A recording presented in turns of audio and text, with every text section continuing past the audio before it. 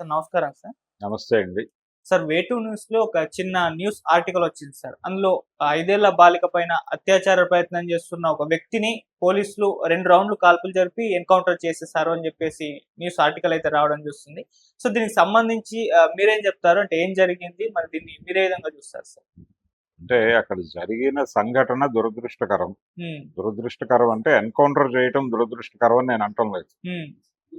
అతన్ని ఎన్‌కౌంటర్ చేసి చంపేశారు అనేది వేరే గొడవ. అతన్ని యాక్చువల్‌గా జరిగిందేంటంటే అక్కడ రిపోర్టింగ్ ఎలా చేయాలంటే, హ్మ్.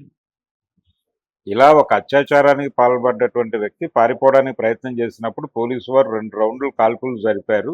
అతను హ్మ్. చనిపోయాడు. అంతే. హ్మ్. అంతే రాయాలి. కానీ ఇక్కడ ఒక పదం జోడించారు. ఎన్‌కౌంటర్ చేసి చంపారు. అంటే పోలీసులు చేసే హత్యల్ని ఎన్‌కౌంటర్‌గా నిర్ధారించేస్తున్నారు. హ్మ్. ఇది హత్య అని కూడా అనుకోవడానికి లేదు. ఎందుకంటే అక్కడ జరిగింది దుర్మార్గమే. అతన్ని నిజానికి పట్టుకుని అరెస్ట్ చేసి కోర్టుకు సబ్మిట్ చేసి కోర్టు నుంచి శిక్ష వేయించాలి. కానీ ప్రస్తుతం ఇన్‌స్టంట్ జడ్జిమెంట్ కావాలి, లేకపోతే ఇన్‌స్టంట్ జస్టిస్ కావాలి అని ప్రపంచం అనుకుంటోంది. హ్మ్. ఈ అనుకుంటున్న మూడ్‌లో ఇలాంటి సంఘటనలు జరుగుతున్నాయి. నిజానికి పోలీసులకు కూడా ఆల్టర్నేటివ్ లేక అతన్ని ఎలా పట్టుకోవాలో అర్థం కాక కొట్టేసి ఉండొచ్చు కూడా. అయితే ఈ కాన్ఫిడెన్స్ పెరుగుతోంది పోలీసులకి.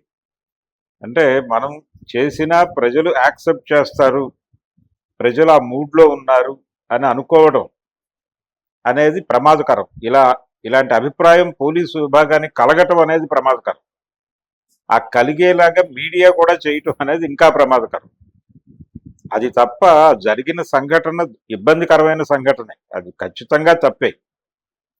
అయితే ఆ పోలీసు వారు చేయటం తప్ప రైటా అనేది పక్కన పెట్టేస్తే సమాజం అట్లా డ్రైవ్ అయిపోయి ఉంది. ఆ ప్రాసెస్లో జరిగిపోయింది. ఆ జరిగిన దాన్ని మీరు ప్రపంచానికి తెలియజేసేటప్పుడు కూడా అదే మూడ్లో ఉండి రాయటం తప్పు. హ్మ్.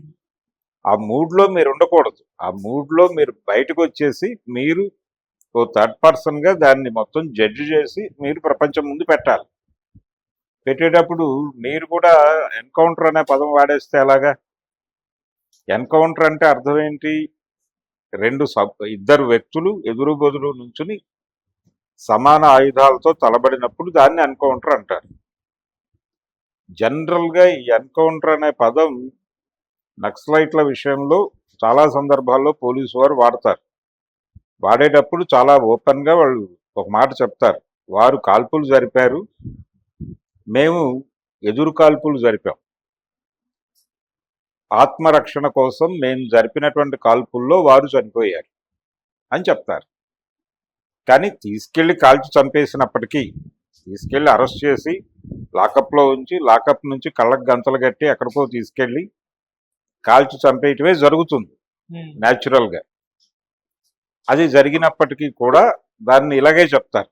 చెప్పి ఖమ్మం అడవుల్లో ఎన్కౌంటరు, ఫలానా నక్సలైట్ మృతి అని వస్తుంది బయటకు వార్త. ఇది ప్రజలకు డైజెస్ట్ అయిపోయింది. ప్రజలు దాన్ని వ్యతిరేకించటము, ఇది వ్యతిరేక అర్థంలో వాడుతున్నారు అని అనుకోవడం మానేసి దాన్ని ఒక వేరే అర్థంలో వాడేస్తున్నారు. దాని అర్థం మార్చేసి వాడేస్తున్నారు. అది బూటకపు ఎన్కౌంటర్. ఏది ఇందాక నేను చెప్పింది. హ్మ్. బూటకపు ఎన్కౌంటర్లలో మరణించిన వారికి పోస్ట్ మార్టం ప్రాపర్గా చేయాలి అనే ఒక డిమాండ్, అలాగే బూటకపు ఎన్కౌంటర్లపై విచారణ జరపాలి అనే ఒక డిమాండ్ పౌర హక్కుల సంఘాలు అనేక సంవత్సరాలుగా చేస్తున్నాయి. అయితే వాటి మీద ఎవరూ ప్రాపర్గా స్పందించట్లేదు. కానీ సమాజం కూడా నెమ్మదిగా ఎన్కౌంటర్ చేసి చంపేయండి అన్న డిమాండ్ ప్లకార్డులు పట్టుకుని తిరుగుతున్నారు రోడ్ల మీద. దీంతో ఏమవుతుంది? పోలీసులకి వాళ్ళు ఇప్పటివరకు చేస్తున్న ఒక ఒక చట్ట వ్యతిరేక ఆచరణ, దానికి ప్రజామోదం ఉంది అని తెలిస్తే వాళ్ళు మరింత రెచ్చిపోతారు. ఆ ప్రమాదం ఉంది. దీన్ని మీడియా కూడా ధృవీకరించేస్తే, ఫోర్త్ ఎస్టేట్ అని చెప్తున్నారు కదా మీడియాని, హ్మ్. వీళ్ళు కూడా ధృవీకరించేసి ముద్ర వేసేస్తే ఇక గ్రాంటెడ్గా తీసుకుని మరింత చెలరేగిపోయే ప్రమాదాలు ఉన్నాయి. అది ఆ రాసిన పద్ధతికి సంబంధించిన నా విమర్శ. దీంతో పాటు ఇక్కడ చూడాల్సిన విషయం ఏంటంటే, అతను బీహార్ నుంచి వచ్చిన వలస కార్మికుడు అని చెప్తున్నారు. అక్కడ రోడ్డు మీద ఆడుకుంటున్నటువంటి అమ్మాయిని లాక్కెళ్ళిపోయి అతను ఒక షెడ్లోకి తీసుకెళ్ళిపోయి చేస్తుండగా చుట్టుపక్కల వాళ్ళు చూసి గొడవ చేశారు. ఆ అమ్మాయి అరిచింది లోపలికి వెళ్ళిన తర్వాత. అరిచిన తర్వాత ఆ అరుపులు విని చుట్టుపక్కల వాళ్ళు గొడవ చేస్తే పోలీసులు ఎంటర్ అయ్యారు. అతను పారిపోబోతుండగా ఫైర్ చేశారు. అతను చనిపోయాడు. ఇది జరిగింది. అయితే ఈ బీహార్ నుంచి అక్కడి నుంచి వస్తున్నటువంటి వలస కార్మికులు వీళ్ళు ఎక్కడో చోట సర్దుకుని ఉంటున్నారు. ఏవో షెడ్యూల్లోనూ లేకపోతే ఖాళీ స్థలాల్లో ఏవో గుడిసెలు వేసుకుని ఉంటున్నారు. వీళ్ళు విత్ ఫ్యామిలీ వచ్చేవాళ్ళు ఉంటారు, వితౌట్ ఫ్యామిలీస్ వచ్చేవాళ్ళు ఉంటారు. ఫ్యామిలీస్ని అక్కడ వదిలేసి వచ్చేస్తారు. వీళ్ళు వచ్చేసి ఇక్కడ ఏళ్ల తరబడి ఉంటారు. ఉన్న వాళ్ళల్లో రకరకాల వైపరీత్యాలు ఉంటాయి. వాళ్ళ బ్రెయిన్స్లోనే అనేక డెవిల్స్ ఉంటాయి. అవి అప్పుడప్పుడు ఇలాంటి దారుణాలకి ఉసిగొలుపుతాయి. వారికే తెలియకుండా పరమ దుర్మార్గుడిగా పుట్టడమే దుర్మార్గుడిగా పుట్టాడని అనుకోనక్కర్లేదు. ఆ సమయంలో దుర్మార్గంగా బిహేవ్ చేశాడు. ఆ బిహేవ్ చేయటానికి వాడికి ఒక నేపథ్యం ఉండుంటుంది కదా. ఆ నేపథ్యంలో వాడు వలస కార్మికుడు కావటం అనేది కూడా ఒక రీజన్ అవడానికి స్కోప్ ఉంది. అందుకని ఈ వలసల వ్యవహారాన్ని ప్రభుత్వాలు పట్టించుకోవటం లేదు. ఇది సమాజంని రకరకాలుగా ఇబ్బంది పెడుతోంది. ఈ వలసల వలన ఏం జరుగుతోంది? లోకల్గా కూలీ రేట్లు పెరగటం లేదు అనేది ఒక ఆర్థిక గొడవ. స్థానికులకి అంటే వాళ్ళ అవైలబిలిటీ ఉంది, వాళ్ళు తక్కువ కూలీకి పనిచేస్తున్నారు కాబట్టి ఇక్కడ ఉన్నటువంటి నేటివ్ కూలీకి రేట్ ఇవ్వట్ల. ఇది ఒక గొడవ. ఇది ఆర్థిక పరమైన గొడవ. అయితే వాళ్ళు కుటుంబాలను వదిలేసి ఇక్కడికి వచ్చేయటం వలన ఇలాంటి ప్రమాదాలు జరిగే అవకాశం కూడా ఉంది. అందుకని ఎక్కడ జనాలు అక్కడ వాళ్ళు పద్ధతిలో వాళ్ళు బతకటానికి ఏదైనా ఏర్పాటు చేయగలిగితే ప్రభుత్వాలు మంచిది కదా. ఇప్పుడు అక్కడ జనాభా విపరీతంగా పెరిగింది నార్త్లో. ఆ పెరిగిన జనాభా పోషించాల్సినటువంటి బాధ్యత దక్షిణ భారతదేశం మీద పడుతోంది. ఇక్కడికి వచ్చేస్తున్నారు. జరిగిన ఇన్సిడెంట్ కర్ణాటకలో జరిగింది.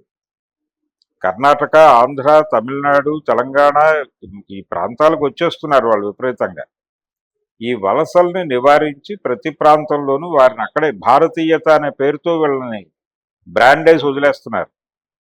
దేశభక్తి ఉండాలండి, మేము అక్కడి నుంచి వచ్చి ఇక్కడ బతకూడదా, మనందరం భారతీయులమే కదా అని మాట్లాడుతున్నారు. ఈ దేశభక్తి భారతీయత అనే ముసుగులో ఎక్కడ పడితే అక్కడికి వచ్చేసి బతుకుతున్నారు. ఓకే, కానీ వాళ్ళల్లో ఇలాంటి సైకలాజికల్ డిజార్డర్స్ కూడా స్థానిక ప్రజలకి ఇబ్బందులు కలిగిస్తున్నాయి. ఇలాంటి ఇబ్బందులే. ఇప్పుడు ఆ అమ్మాయి మరణానికి ఎవరు బాధ్యులు? ఆ అమ్మాయి అరిచింది కాబట్టి గొంతు నొక్కి చంపేశాడు వాడు. ఆ పాప, ఆ అమ్మాయికి అద్భుతమైన భవిష్యత్తు ఉంది కదా, ఆ భవిష్యత్తును చిదిమేయటమే కదా అది. ఈ చిదిమేయటం వెనకాల కొంచెం డిగ్ చేసి చూస్తే ప్రభుత్వ వైఫల్యం కూడా కనిపిస్తోంది కదా. అందుకని అక్కడ దాకా చూడాలి విషయాన్ని. అందుకని బీహార్ నుంచి వచ్చిన కార్మికుడు కర్ణాటకలో ఒక చిన్న బాలికని అలా చేయటం అనే దగ్గర ఉన్నటువంటి అన్ని కోణాల నుంచి చూడాలి దీన్ని. ఏదో క్రైమ్ జరిగింది, మనం చంపేశాం, అయిపోయింది, ఇన్స్టెంట్ జడ్జిమెంట్ అయిపోయింది, లెట్స్ రిలాక్స్ అన్న పద్ధతిలో వ్యవహరించడం తప్పు.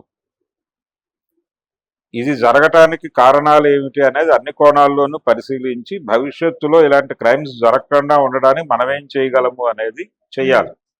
ఒకవేళ అతను నేటివ్ పీపులే అయి ఉంటే, లోకల్ వాళ్ళు కూడా చేస్తున్నారు, పక్కింటి వాళ్ళు, ఇంట్లో బంధువులే చేసినటువంటి సందర్భాలు కూడా చూసాంగా మనం. ఇవి సైకలాజికల్గా ఉన్నటువంటి సమస్యలు. మనిషిలో ఉండేటువంటి ఒక వికృత రూపం ఒకటి ఉంటుంది ప్రతి మనిషిలోనూ. ఆ వికృత రూపం, దాన్ని ఎలా కంట్రోల్ చేయాలి, దాన్ని ఎలా పట్టించుకోవాలి, దాన్ని ఎలా గుర్తించాలి అనే దానికి సంబంధించిన ఒక చర్చ జరిగింది సమాజంలో.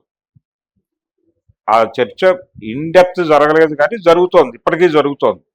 ఈ మధ్య ఒక నందమూరి బాలకృష్ణ గారి సినిమాలో కూడా గుడ్ టచ్ బ్యాడ్ టచ్ దాని గురించిన ఒక చర్చ జరిగింది. ఇలాంటివి కొంత సమాజంలో అవేర్నెస్ ఉంది, ఇప్పుడిప్పుడే మొదలైంది, వాళ్ళు మాట్లాడుతున్నారు. దాంతో పాటు ఇలాంటి విషయాలు కూడా దృష్టిలో పెట్టుకోవాల్సిన అవసరం ఉంటుంది.